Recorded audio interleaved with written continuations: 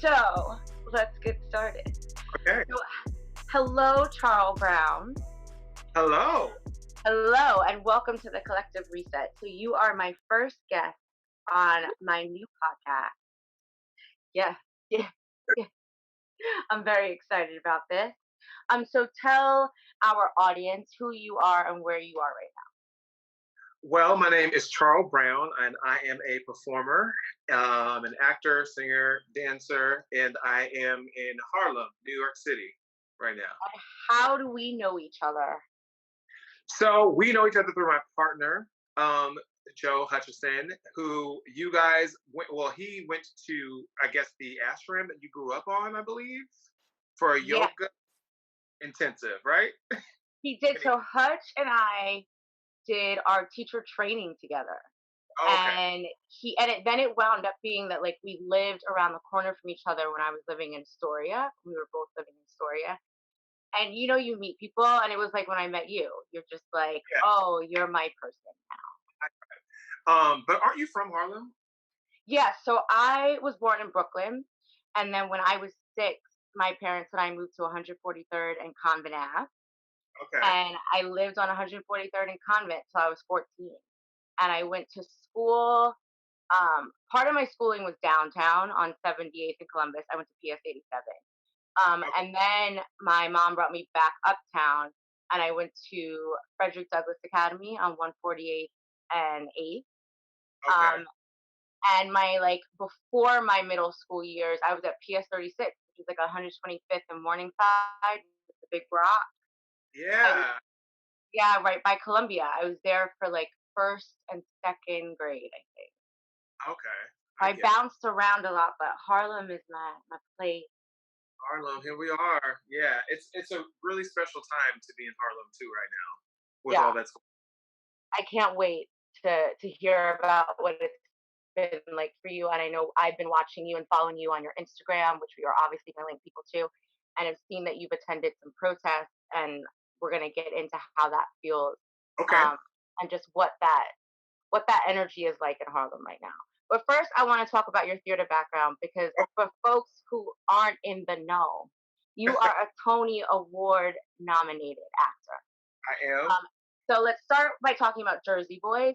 So I know that you were in the Broadway production and the Las Vegas production, right? Yes. Oh, So like, yeah. what are the differences like performing at those two like iconic locations? It's funny. So I grew up in San Diego, California, and when I was in, I want to say middle school and through the beginning of my high school years, my older brother went to college in Utah.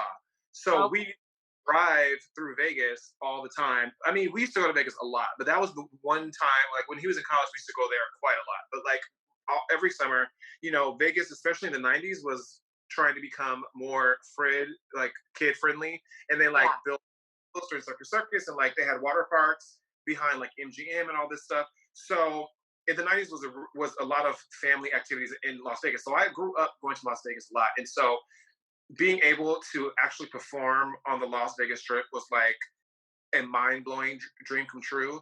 And especially at that time, Jersey Boys was the #1 show on the Strip, actually for quite a few years. But while I was there, the whole year I was there, it was the #1 show on the Strip.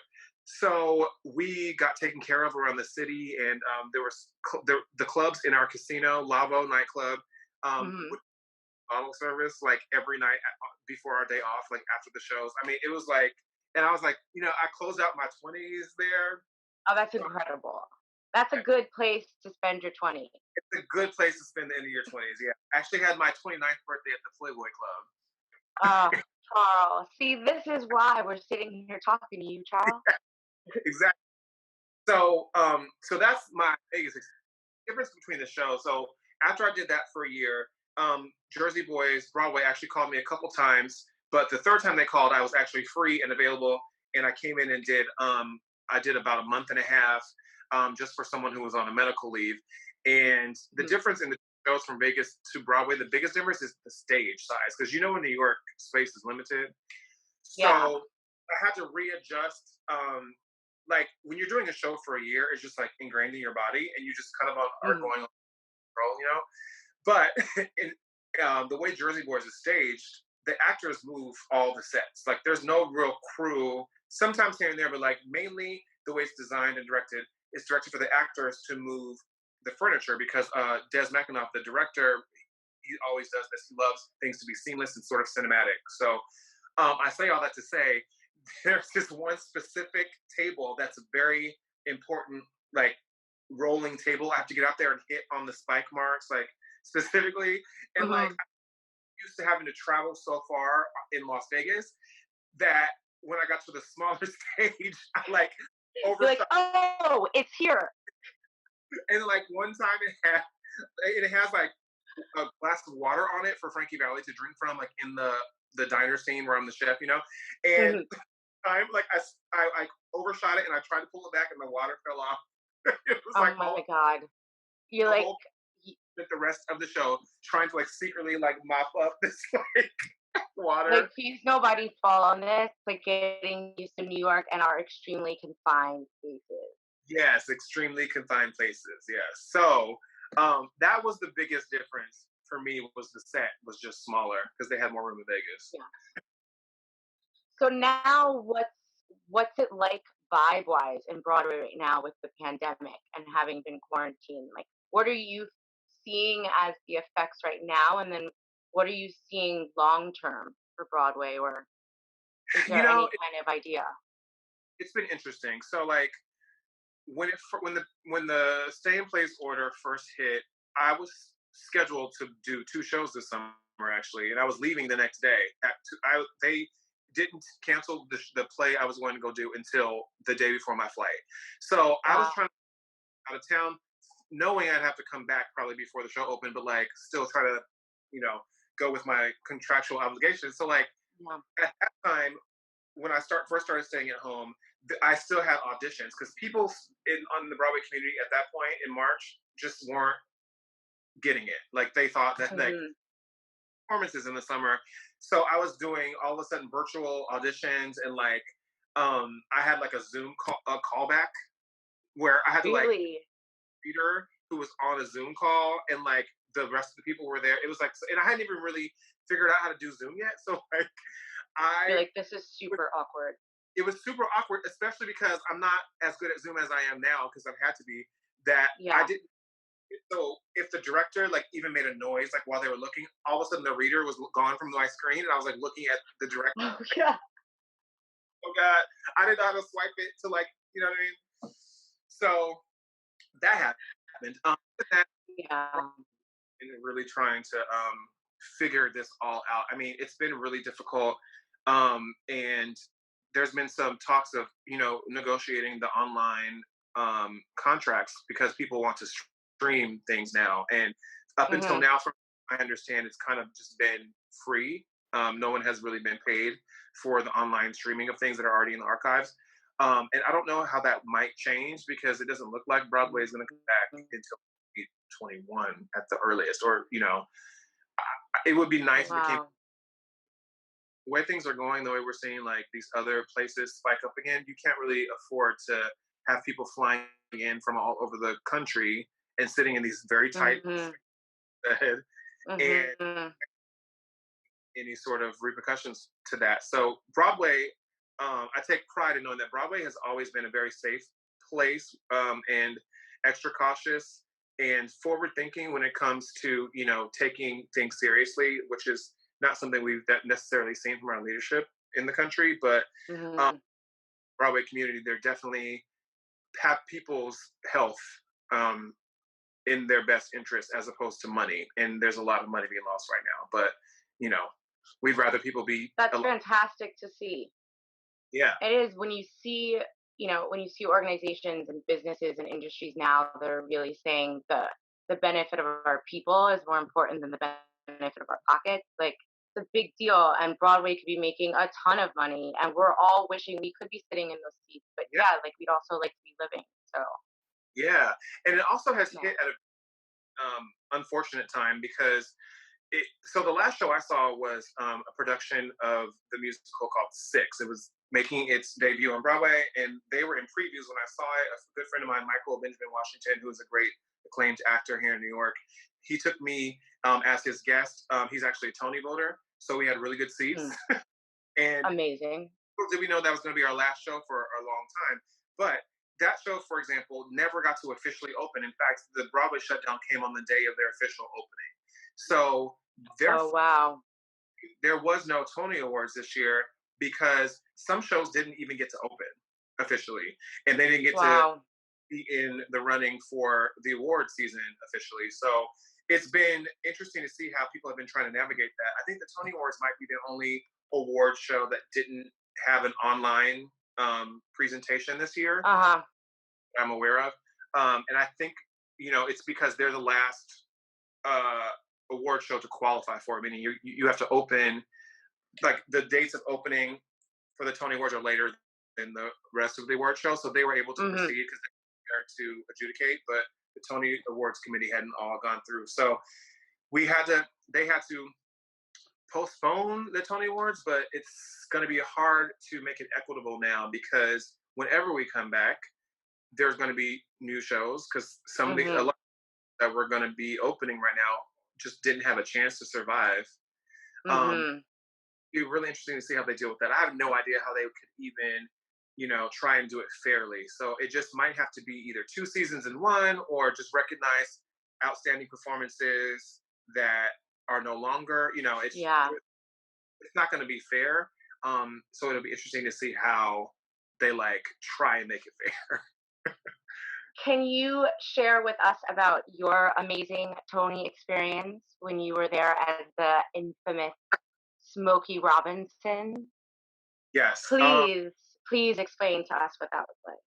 So So tell us the year that this is, and okay. then So I'll the tell you a backstory of my journey with the show, just in general, because your audience may or may not know, but a Broadway show takes years on years before it's actually on Broadway. So I had actually been doing workshops of Motown musical since 2012. I did the two workshops, and then most shows will have an out of town tryout, but this one, of course, they had Motown money, so they didn't have to do the out of town tryout. They could afford to just go straight to Broadway. That being said, we didn't start rehearsals for Broadway until January of 2013. So we opened 2013, and I was getting lots of really good response, but I guess it didn't really dawn on me, or I was working so hard it didn't really matter, or I don't know what, but I knew I was eligible to be nominated for a Tony, but I didn't really think it just didn't seem real. So I just was doing my job, and I knew I was doing uh, it well. And I was getting lots of wonderful support from people in my cast, people who had seen it, but I didn't really think beyond that. So the morning of the Tony Award nominations, I knew they were happening. I wanted to see if my show was going to get nominated. I had quite a few friends who were eligible to be nominated, and some of which won on Tony night. Some of my really mm-hmm. close, but I woke up just kind of to see that and just to see if Motown got nominated, and also in the back of my mind, knowing, oh, well, maybe they'll say my thing. No way. Mm-hmm. And you, when they got to Best Featured Actor in a Musical, I was like, oh, well, if they're going to call my name, it probably will be first. By the time I got that thought through my head, I was hearing my name and seeing my headshot go up on the. Well, tell us where you were, like what was the scene? This is huge. Like, who gets this phone call, picture, any of this?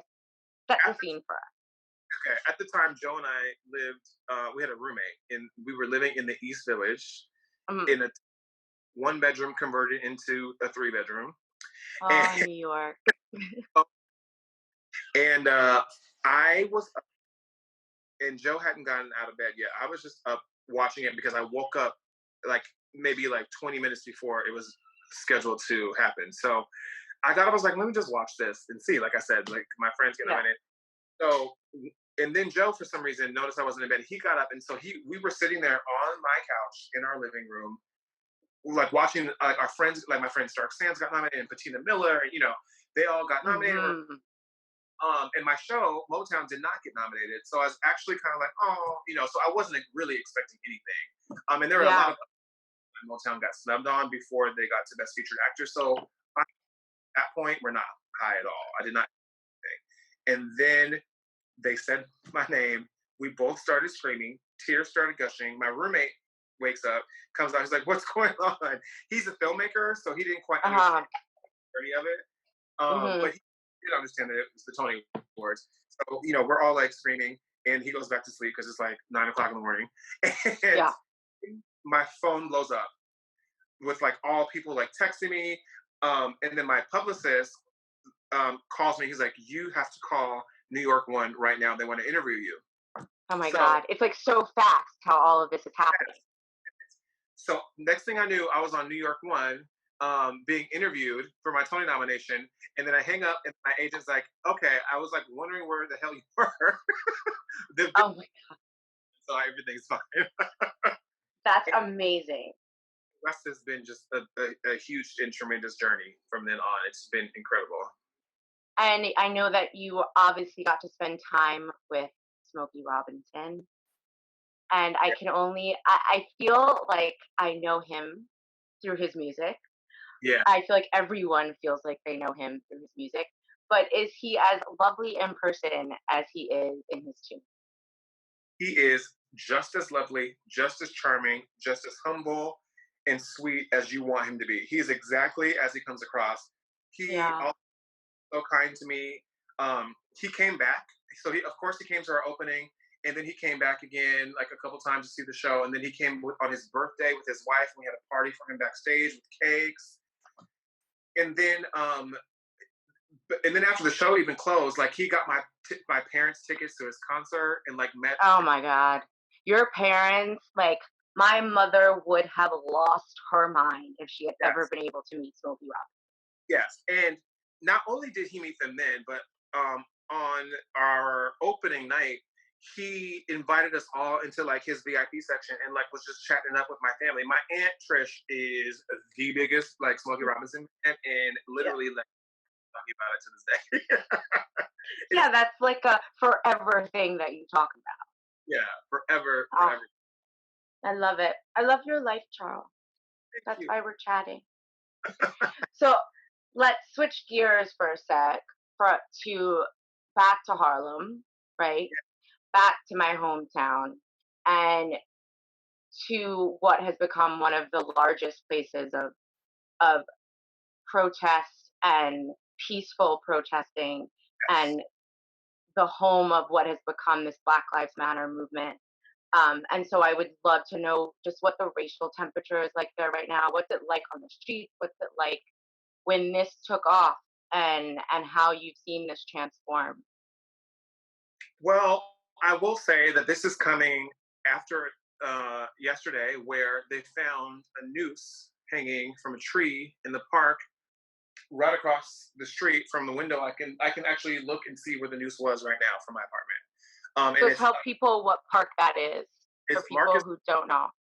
Marcus Garvey Park in Harlem on 124th in between Madison and Fifth Avenue or whatever.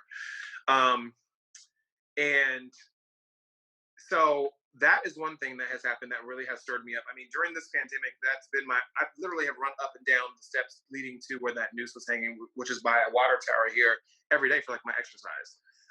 Because gyms are closed. So that actually has been one of the landmarks that's gotten me through this pandemic. And has been happiness and like has endorphins, and has been a symbol for me of like freedom. And the one time a day I got to go out and see the sunshine. And now it's been, I mean, I'm not going to let it deter me or to intimidate me, but it's definitely like thought provoking that this can happen in 2020 at that site. So that really struck me hard. And then as far as the temperature here with protests and all that kind of stuff, it's been actually quite wonderful. I've been to maybe 3 or 4 protests thus far. I'm going to another one on Friday for Juneteenth. Yes. From Juneteenth. Not sure when this is going to come out. But... Yeah, right. It'll be somewhere around there. So, but the protests I have been to have been peaceful. Have been mostly during the day, but some have even led into the evening. And the protesters, as well as the police officers, have all been peaceful from the ones I've attended. And Mm-hmm. it's a beautiful display of unity and solidarity with many of the non-Black allies who are there, chanting just as loud with just as many signs. That's been a beautiful thing to see, and especially after this pandemic, it really, you really realize that New Yorkers are resilient, and at this Mm-hmm. point, so many things. I wasn't here for 9/11, but I definitely was here for a couple of hurricanes or blackouts due Mm-hmm. to and other like major like New York events that have happened. When we were in the East Mm-hmm. Village nominated for the Tony, we actually spent that fall. We spent a week without power in New York, and Mm-hmm. I the kind remember. yeah, and we depended on the kindness of our neighbors to like charge our iPhones, and then walk back to the darkness. So, Mm-hmm. it's been great to know that New Yorkers, just regardless of race or ethnicity or sexuality or religion, can Mm-hmm. come to support the anti-racism movement. And I feel like Mm-hmm. in this melting pot of a city where we're all on top of each other to begin with, it's been like really encouraging to know that that still exists. Like the common thread of humanity is like still there here in New York. I always find like New York, from all the places I've lived, I found New York to be one of the warmest places I've ever lived. Yes, New I It's incredible, and I'm like, I get it. Like, there's a little bit of a sharp edge to us, but New Yorkers, when like shit hits the fan, New Yorkers rally for each other. And I was York. there for 9/11. I was there for a couple of those blackouts. I was there after Sandy, right when we had no gas for like people were Yeah, like there was yeah, no way to get around. Um, and I watched how New Yorkers banded together and how neighbors took care of each other. It's an amazing city. Harlem, what I find so interesting about it is when I grew up there, I was born in 1980, and I moved there in 1986. And Harlem was different back then, and the more you visit now, the more you see our white allies there. And it's incredible to know that in this time, it hasn't become a place that's become divisive, that it yeah, has proven to not just be gentrification and not just that y'all, that people wanted better real estate, but it really was that you also loved the people that you were living among right. and that they've shown up for each other. And I think that's incredible. Yeah, I do too. Love it. Yeah. So you've done a few protests. I know that you're also in an interracial relationship. Yes. So what are those conversations like? Like, have you guys had those conversations before? Or are those Yeah. conversations, because I know amongst my own friends, I have a lot of white friends, and Yeah. we hadn't had those conversations because either there had been no reason or I wasn't standing in my blackness enough. Who knows? I'm evaluating that now, right? Right. But there are conversations that are happening now that I think are bringing things to the table of, didn't know that you felt like that. So have you guys had to kind of navigate those uncomfortable waters at home? What has been so interesting for me and heartwarming for me is to know that I pegged my partner right, and to understand Yeah. definitely like has my back without question, and Mhm. has led a lot of the conversations and a lot of the like actions that need to happen like in our home. Like he definitely has latched onto the movement with veracity, and I appreciate that. But it's not Yeah. that have had these conversations always. I mean, Mhm. I've never shied away from having um, difficult conversations with regard to race. Mhm. Especially that's part of the reason why we get along so well is because we like to have intelligent and intellectual conversations and political conversations. And so, I mean, I knew what his values were. It's been wonderful to see how they have translated into this moment where it truly is about white allies and what they can do to help Mhm. solve the problem. Yeah. So, and great. Navigating conversations with his family for the Mhm. most part has been wonderful. Mhm. He does have two brothers and a future sister-in-law who are all police officers, and That's interesting. yeah, and one of his brothers, who I mean, I love them all, and we're all very tight. And one Yeah. of his stay at his house whenever we go to visit them in Reno. So like we definitely have a relationship. It's been hard. It's been very hard because of the things that have come along and attached to the peaceful protests that have made their jobs as police officers a lot more difficult, and they're Mhm. and being, attacked, and people are angry at the police. And Mhm. so it's been difficult as a black man to understand the anger and to navigate, my own feelings regarding the justice system, and know that for myself, I've never been one that's been, f the police. Mhm. Yeah. I mean, I understand it, but like I also know that the vast majority are actually there for the right reasons and are doing their jobs. But the ones that are horrible, which there are plenty, get the Mhm. attention. So my whole viewpoint is it's just the institution of the police force and not police officers. They've been trained in a culture that is racist and or biased. So of Mhm. course their actions are going to reflect that as individuals. And so Absolutely. it's been, and I will give credit to them that they have never been offended by the things I've say. I've also been very cautious to not be flippant with the things I post, but um, you know, Mhm. conversation, and have reached out and offered their support for me during like, even though they were being spit on, like, and yelled at, and their job has become a lot, Mhm. they definitely stand in solidarity with me. And my future sister-in-law, who's the girlfriend of one of Joe's brothers, who's also a police officer, she and I have actually had the most dialogue via, because she follows me on Instagram, and Mhm. putting her point of view across from the point of view of a police officer, but has never wavered support for Black Lives Matter and has never wavered in her support for me. And we've been able to have very, like, not necessarily that deep, but just like conversations with like coming from two different points of views. And she is a white female, so and a police officer. So I think that's really important for people to hear is that you can have these conversations, right? And that they can be uncomfortable and they can be with people of the opposing opinion. I'd love to know if you had like specifics on like what you feel like something that you've said that's gotten your point across without it being offensive, right? Or something that they've been able to say or do for you. Like I know you said they called you, right? Even when they were going through something. yeah, That's a nice tip for people who are in the same situation, right? Like, what can I do, even as a police officer, for the Black people that I love? Here's a Black man saying, like, they called me in spite of everything they were going through, and that mattered. What was something that you feel like broke through to them, or that you were able to say with respect to their side? I will say I'm not exactly sure. I mean, I don't know that the relative I'm talking about, it was a breakthrough for her. I think she has always felt this way, and that was good to know. But there have Yeah. been breakthrough members of Joe's family, and one has been, people have really latched on to the meme. I don't know if you've seen it, with like the sheep and Jesus, and the one sheep who's like about to fall off the side of the mountain. And it basically, to sum it up, is like, Black Lives Matter is like Jesus worrying about the one sheep. It's actually from a scripture too. There's a scripture that goes along with it, and a lot of Joseph Okay. didn't bring that up.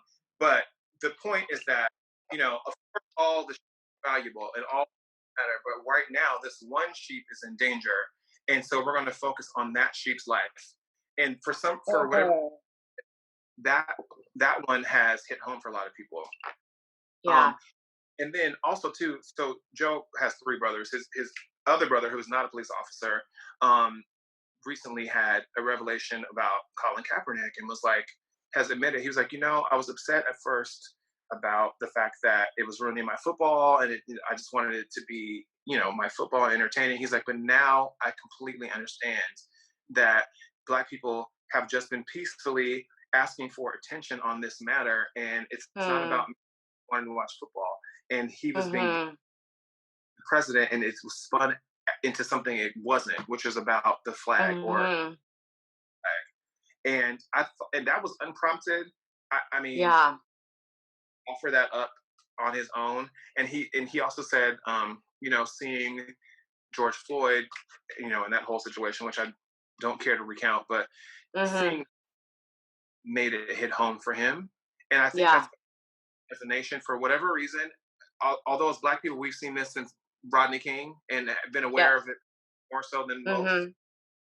For whatever reason, this particular imagery has like really struck a chord with white people Yeah. and us who are Yeah. black different way. And I'm happy that it's happened. I'm not sure why it's taken so long. I mean, I Mhm. remember wearing my cross colors, no justice, no peace in the '90s after Right? Rodney. Yeah. Yeah. This is a new concept for us, but I'm happy that the world has actually caught on. I do think that that is, I write a lot when I feel like I have to like process what's happening in my head, especially right now. And one of the things I was writing about was like this confusion about why this looting and why this fighting and why this anger. And it's like, because y'all have apparently missed, you know, B through T. Like Yeah, a lot has happened, and we were there and have built up so much anger. And it's like there have been so many years of peacefully saying, please, please, please, that we have arrived at a point that you seem surprised by, but we have been here. Um, and yeah, yeah, well, I agree with you. I am happy that there are the eyes have been open, the curtain has been pulled back. Um, and I hope that everyone has signed up for the marathon because that's what this is. I hope it wasn't just a black square on Instagram. yeah, I hope so too. And we'll see. And time will tell, and actions will actually, speak louder than words. Yeah, But be happy about the legislation going through, and yeah, even just things that should have happened a long ago. Like Governor Cuomo today announced that Juneteenth is going to be a holiday. And holiday. Yeah, just things like that, just simple recognition of our heritage and our contributions to American society is another hmm aspect that we often are not allowed or haven't been allowed up until now. I mean, the monument of Martin Luther King just went up a few years ago. The African American hmm History, which I've been to, just went opened a couple within the past year and a half or so. It's these. The world is finally starting to understand how valuable we are to hmm society and the contribution hmm have made to society, and that has been a beautiful thing to see. But unfortunately, absolutely. for some circles, it's being spun into something different. And I do have a family. I do have a couple family members that I won't say who they are, but I have a hmm couple of unfortunately aren't receiving the same outlook on their hmm Facebook or their media sources, which I think might only be Facebook or Fox News.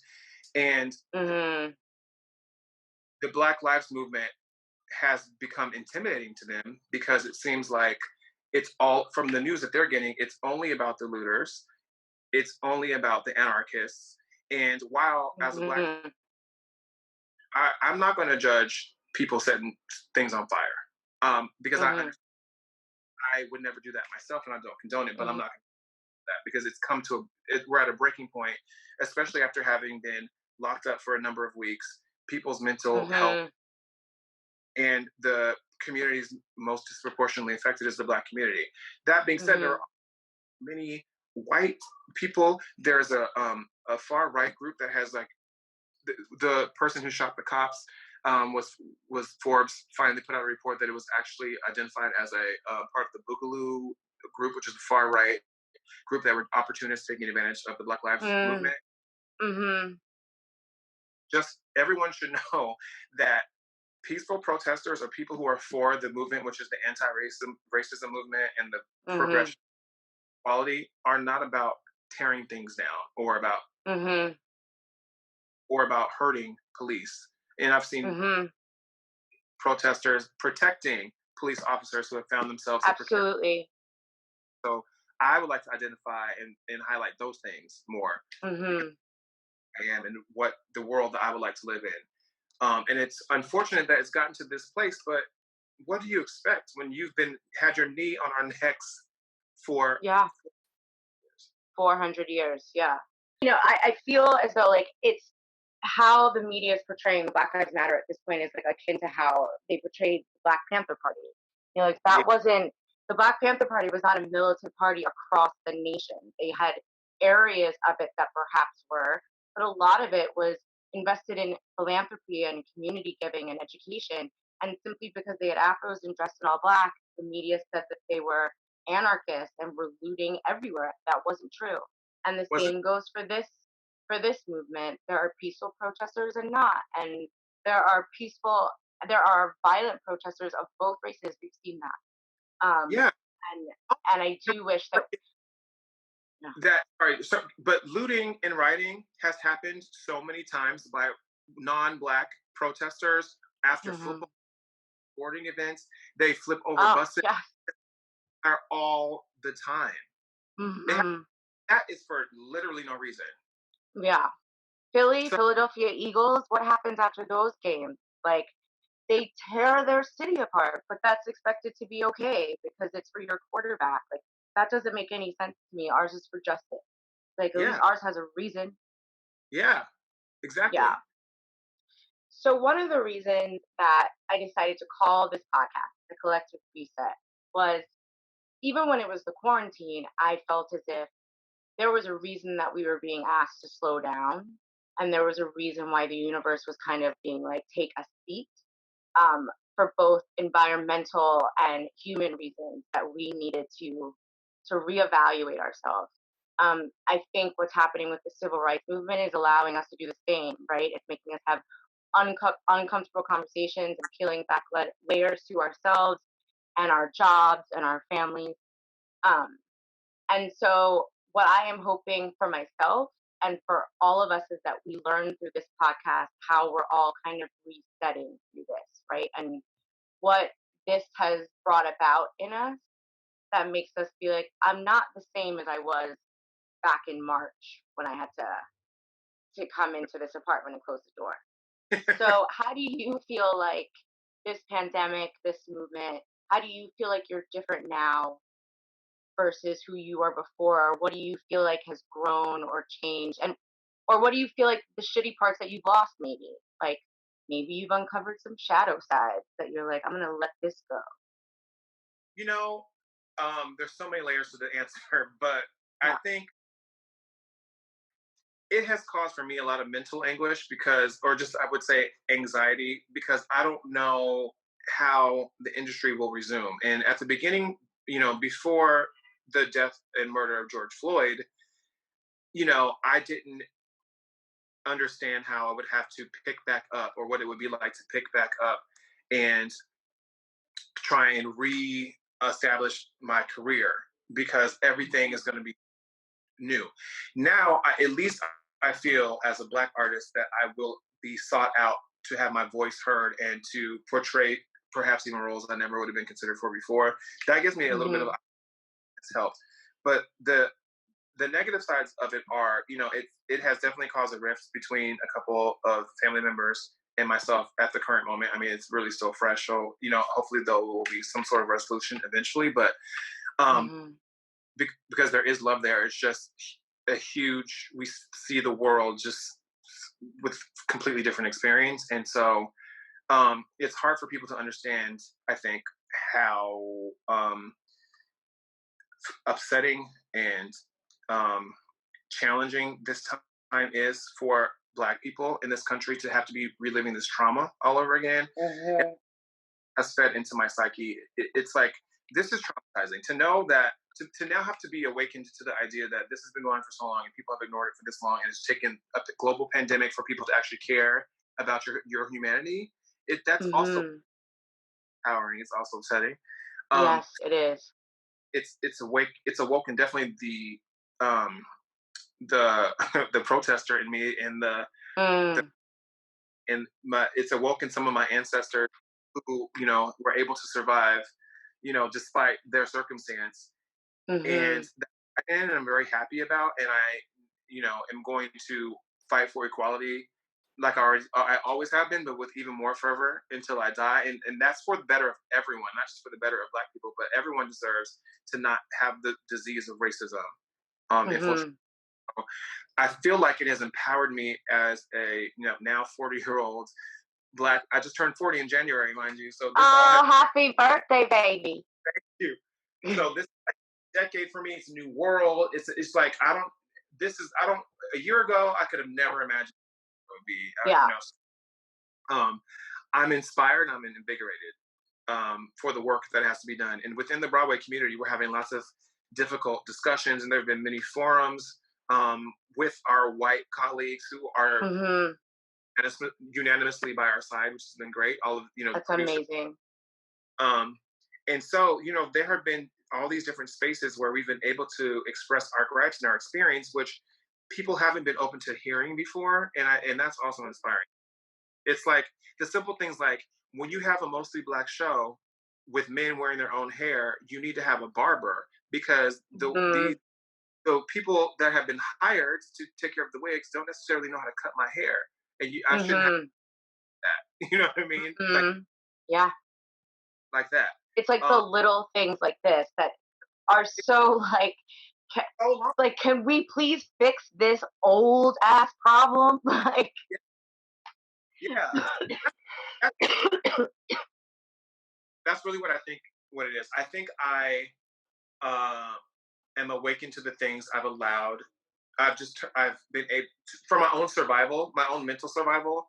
I've allowed hmm to occur, even though I knew they weren't necessarily in my best interest or just yeah. because just got to get by, and you just want to hmm work, or you just want to be able to interact with people and not have there hmm be out every little thing that they hmm unknowingly or maybe knowingly have done that is offensive or hmm as a black person that I've dealt with a lot of microaggressions in my career and in my hmm life that I can no longer really stand for, and that's for the betterment of all of us because it's hmm not go by anymore.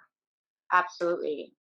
How are you in this new time of finding your voice and also dealing with the mental repercussions and what is in fact trauma?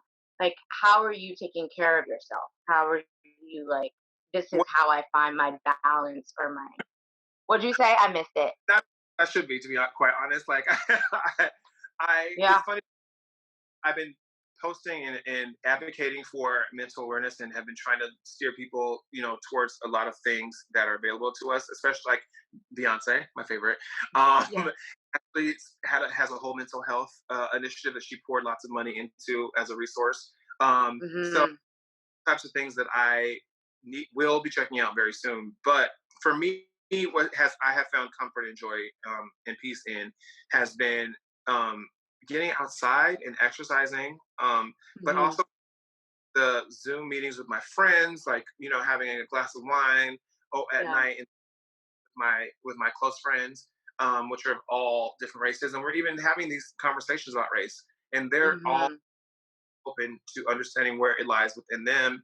And so that has been comforting because I've been able to really speak freely and not have to guard what I'm saying with, so as not to offend people. Because all of my white ally and non-black ally friends have been very open to hearing me out right Yeah. now for my That's mental health. incredible. Yeah. And, it's not something that I think everyone has. Oh, what's the word I'm looking for? But you have an amazing gift that you're surrounded by such a great tribe, right? And I think what you said Yes. is really important is even if you are surrounded by that great tribe, or if you are unfortunately powering through this by yourself, that your mental health needs to be something that is checked up on and is Mm-hmm. regularly checked in with. And it's Mm-hmm. something that needs to become really important right now. Because I do think it's what you're saying. It's like we've already been dealing with microaggressions, and now these are happening on a much larger scale. And so to leave your house and see a noose hanging outside of your door, that is not something that's like, and now I'll go back upstairs and have a bagel. Like that is something that needs to be handled. Yeah. Handled. Yeah. And and two, having these conversations within the industry has also brought up so many trauma. As I'm thinking back, so many like minor microaggressions and minor traumas that like have affected me, but like I've had to brush off in order to like get through with my job. So now Mhm. during this, with nowhere to go and no job to go to, Yeah. need to focus on but myself and my experiences when everyone's asking for it. Like I'm remembering so many things that I had just had to forget about, Mhm. be angry every day. Um, Mhm. and that has Say made me that again. I'm gonna need you to say that again so that people can hear that. so that I'm not angry today. And unfortunately, you found me in a spot where I'm actually at the angriest I think I've been in my whole life. Mm-hmm. Um, and bring well, and I'm still trying to focus in the right directions, but it's a challenge. And so, to answer your question again, one of the things that we did do is, luckily, we got tested for COVID, and we both have the antibodies, so that gives us a little Oh, that's awesome. place to be in. And because we were sick in March and definitely survived, we knew we had it, and now we have the antibodies, so that's given us the freedom to leave this. We didn't leave our block for 3 months, so Mm-hmm. we went to Maine this past weekend to visit some other family, Joe's cousins, and they have this beautiful property in Maine. And I got to just like turn off my phone, disconnect, you know, Mm-hmm. check back in around like 4 or 5 to like post some things, and then go back to like being at the lake. Yeah. And me has been just to be around other people who aren't in the same situation, and to have space, and to not be Mm-hmm. masked, being outside, all those Yeah. things are so that I think has revitalized me and has allowed me to like Mm. get right now, which is like kind of at peace, but still aware of the mental Yeah. anguish. But it's good that you start to find things, or like I always call it like your toolkit, right? And it's like, just what things can I put in my toolkit so I know that when my mind has reached its limit, I'm like, okay, I know I got to get outside. I got to get to a different zip code and I need some space, right? Like that's what works for Charl. I think everyone needs to figure out in this, like, what are my go-tos? Because this isn't something that is short term. And I think in order to be able to ride this out and land someplace that is healthy, right, mentally and physically, that it's Yeah, like we got to figure out along the way what's yeah, gonna work. right. It's survival, Yeah. it's a challenge, but I'm up for it. Yes, you are. So I know you mentioned Beyonce, which is your homegirl. She is your Oh, everything. I know. yes, So what other songs? It was interesting. I was watching the Nina Simone documentary the other day, and they were talking about the music that helped lead the revolution of her civil rights time. yeah, And it made me think of songs like Mississippi Goddamn and these songs that were so like inspiring. So I'm just wondering, as an artist yourself and as an amazing singer, are there songs that you're like, right now when I need to get yeah. some So I have a whole Black Lives Matter playlist that I turn amazing? to when I, just need that extra umph. But Beyonce has a lot. I mean, like with, the Lemonade album, especially, there's like so many things. Freedom, featuring Kendrick Lamar, Mhm. especially. But then, she sang the Negro national anthem, or the Black national anthem, at home at Coachella in the Homecoming Mhm. documentary. So that one definitely like gets me started off good. But there's lots of Pharrell and John Legend and Common. There's lots of really good music out there that inspires and supports, being Black and the Black experience. Mhm. So that's what I turn to. Love it. I love that there's a Black Lives Matter playlist. I might have to like text you after this and have you Yeah, I'll share send it that to with you. me. So before we get to the end of our podcast, first let me say it has been amazing having you on. I always love talking to you. For like, just for the audience out there, like Charl was in Miami once. We had like 3 minutes to see each other. We ran to Aventura Mall in North Yes. Miami, like just to hug and sit outside of an Equinox and be like, "How you doing? How you doing?" And it was like literally the quickest visit ever. I would love for you to tell people how they can find you. So your social media handles, whatever you would like to let us know. So I'm pretty much only on Facebook and Instagram. And so my Facebook page is just Charl Brown. And go on and like that, please. And then my Instagram is at Brown Charl. At Yeah, Brown Charl. he's got wonderful content. I love following Charles. You can also see all of the plants that Hutch seems to be making macrame for, which Oh yeah. I'll give you a little. I mean, that's like our little garden. is amazing. Sorry. It's amazing. Like every time he posts another plant, I'm like, he's doing such a good job with all these goals. Yeah. There's so many more. That's just like the ones in this You room. There's guys like need to start it. yeah, There needs to be an Etsy shop. totally. I would also love if you could sing us out of our podcast, whatever you would like to share with us. I'm going to put myself on mute. Okay. You ready? Yeah. So speaking of what we were talking about earlier with Beyonce, this is one of my favorite songs that she has sung. I won't be as good as her, but here we go. Lift every voice and sing till earth and heaven ring, ring with the harmonies of liberty. Let our rejoicing rise high as the listening skies. Let us march on till victory is won. Oh, Charl, I love you. I love you. That was beautiful. Thank you. Thank you so much. My pleasure. And thank you again for joining me and the Collective Reset audience in my bus. I am just so blessed to have you on, and I cannot wait to see you in person. I will be through New York in September. So I will see you then. We'll see you in September. Okay. Yes, absolutely. I'll bring the bus. Congratulations. Thank you. Thank you, baby. So good to see you, and we will talk soon. All right. Bye. Bye, Charl.